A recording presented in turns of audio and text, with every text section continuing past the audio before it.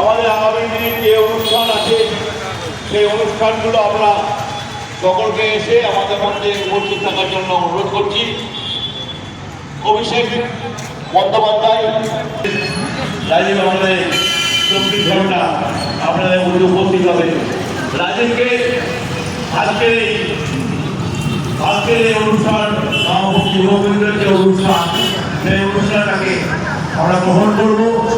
আমাদের মধ্যে অনিমা আমাদের পাড়ার মেয়ে সেটাকে বরণ করছে। আজকে মহতী অনুষ্ঠানে আমরা সকলকে পেয়েছি একসঙ্গে, আনন্দের মধ্যে দিয়ে আমাদের আজকে এই দিনটা শুরু হয়েছিল। আমরা আগামী দিনে আনন্দ করব। আমাদের মধ্যে অনেক পেশা উপস্থিত হয়েছে, অনেক সমাজসেবী, যাকে আমরা ডিস্কো বলি।